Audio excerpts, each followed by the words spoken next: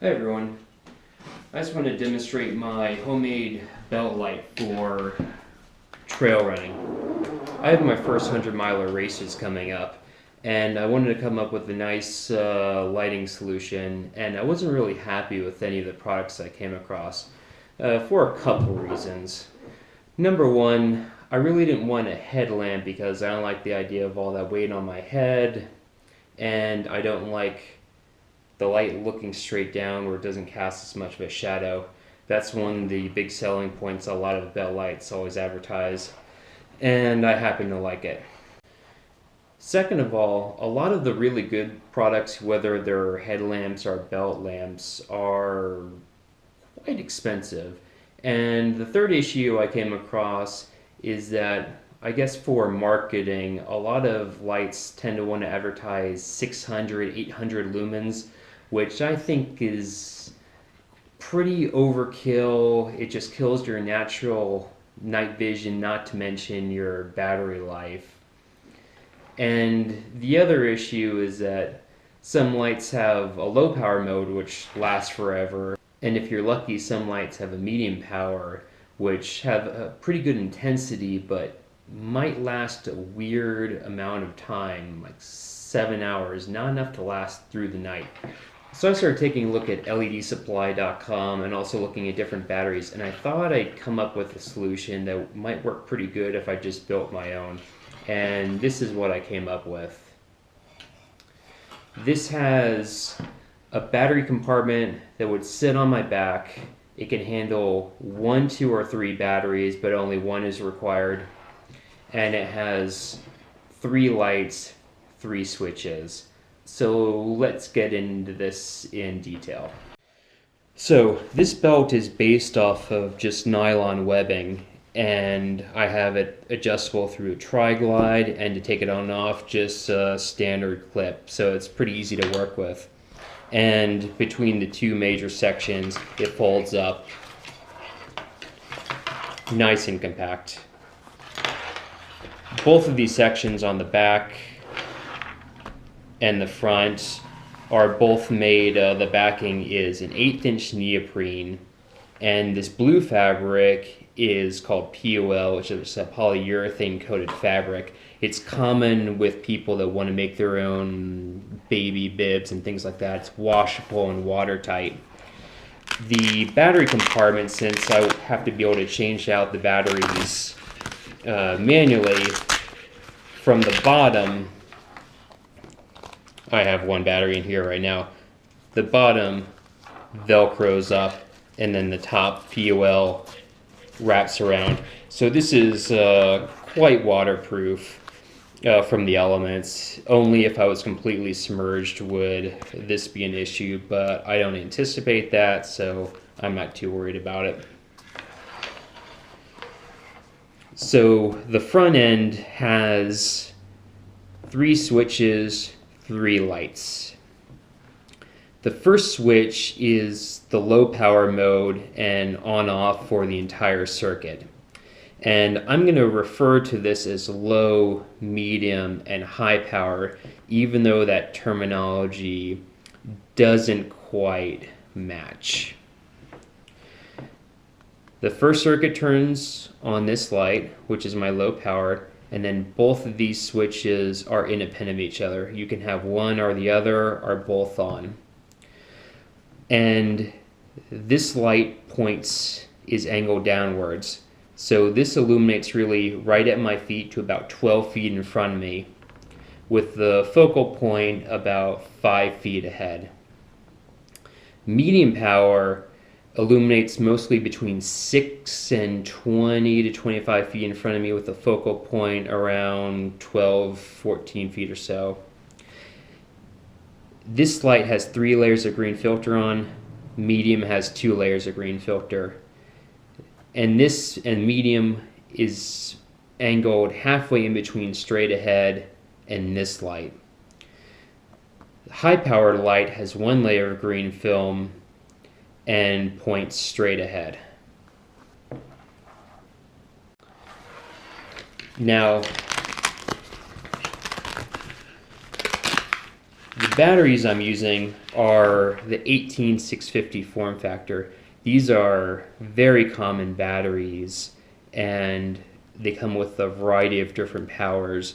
3200 milliamps is a pretty standard power for a decent price. I got 2 of these batteries and a charger for about $18. One important thing to note is for this form factor, you might find 3400, maybe 3500 milliamp hours. However, if those batteries aren't really expensive, they're probably a scam. Don't buy them. Anyway, so these batteries also for this form factor are pretty light for the power you get. But remember this number, 3200 milliamp hours. Each of these lights are actually the exact same. That's why low, medium, high is really not a good term, even though that's a term I use. These are Cree lights. Each one of them puts out 110 lumens at 350 milliamps. So 350 milliamps with a 3200 milliamp battery. That means for each battery, for each light, I'd get a total of about 9.5 hours of total run time. So if I'm going for an all-nighter and I want to have additional illumination besides just the one light on, that means I might want to carry 2 batteries with me. And that's a big deal with why I have a battery pack with 1, 2, or 3 options. If I want to save weight and I'm not going to be out too long, I can have 1 battery. If I'm just doing for a single all through the night, I might just have 2. If I really want to have full power all the time, I can choose to have 3 batteries.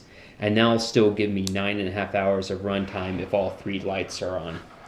If I only have 1 battery and I'm out doing a half marathon, I could have all 3 lights on, and that'll last me a little over 3 hours.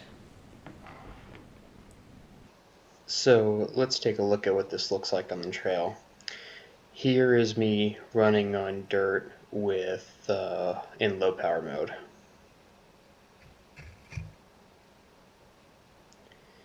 And here we go with low and medium power mode.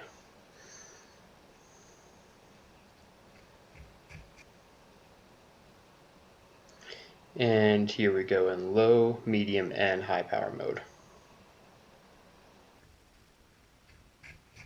And now in snow, here's 1 light.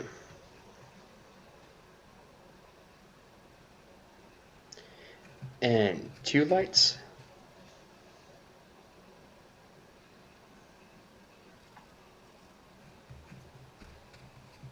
And 3 lights.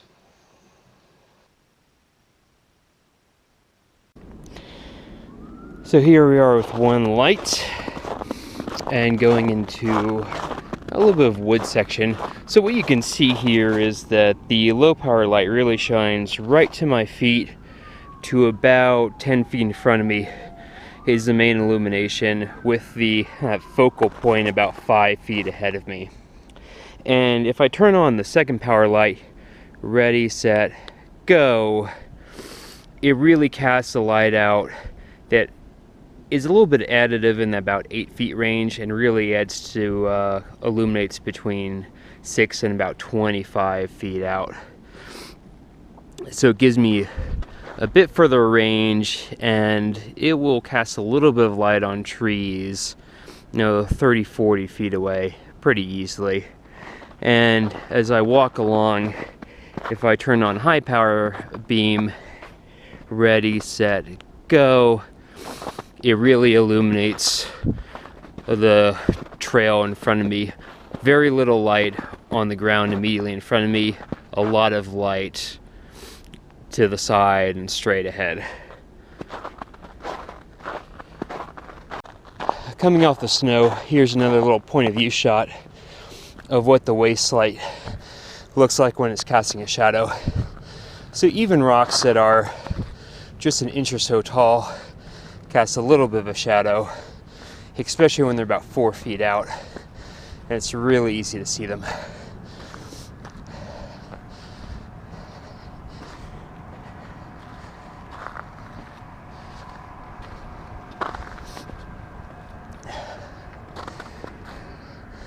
So the vast majority of the time when I'm running, I just be on low powered, unless I really want to see the trail up far ahead. I would turn on the high power, but not too frequently, so that would really save the battery power. Well, okay, that's about it. I'll just finish up here with the photo I have of the light compartment opened up, and you can see roughly how I'm handling the wiring here. You know, if you want to save some money, you know how to solder and sew, and you want to play around with fine-tuning a light belt, you know, try and make your own. It's a nice little experiment.